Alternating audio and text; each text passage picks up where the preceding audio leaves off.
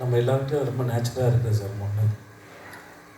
இந்த படத்தில் இருக்கிற நான் லிவிங் திங்ஸ் வந்து நிஜமாகவே அந்த வீட்டோட கடவுள் மாதிரி செஞ்ச வேலை அப்படி. நான் ரொம்ப நாள் முன்னாடி பண்ணையார் பத்மின்னு ஒரு படம் பண்ணேன். அந்த படத்தில் அந்த கார் தான் சார் ஹீரோ. ஓகே, அந்த படத்தில் நாங்கள் முடிச்சுட்டு நிறைய பேர் அந்த ஃபியர்ட் காருக்கான ரிலேஷன்ஷிப் நிறைய பேர்ட்டு கேட்டோம்.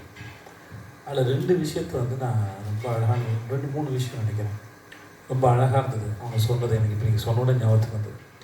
ஒன்று வந்து ஒருத்தர் வந்து சின்ன வயசில் அவங்க கிட்ட ஃபியர்ட் கார் இருந்தது, அப்புறம் அவங்க விற்றுட்டாங்க. இப்போ இவங்க வளர்ந்ததுக்கப்புறம் அவங்க அப்பா இறந்துட்டாரு.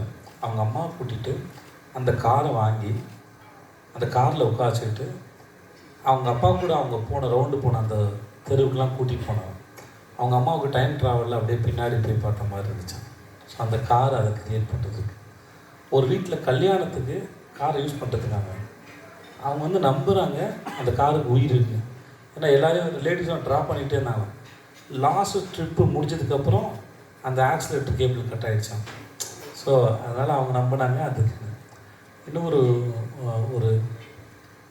மோர் தென் 60 இயர்ஸ் யங் கப்புள் ஒருத்தங்க அவர் சொன்னார், இந்த காரில் உட்காரும்போது எனக்கும் என் கேர்ள் ஃப்ரெண்ட் நடுவில் இந்த கியர் பாக்ஸுங்கிற ஒரு டிஸ்டர்பன்ஸ் இல்லை. So I can put my hand and drive my car அப்படின்னா. ஸோ இந்த மாதிரி நான் லிவிங் திங்ஸ் வந்து நம்ம இது இந்த ஆங்கிளில் சொல்லிப்பாங்க. இப்படி பார்க்கலாம். Whether it's living things are நான் living things, when you put so much of love that non-living things will get a life அப்படின்னு கூட வச்சுக்கலாம். ஸோ அது அந்த மாதிரி நிறைய விஷயம் எனக்கு இருக்குது.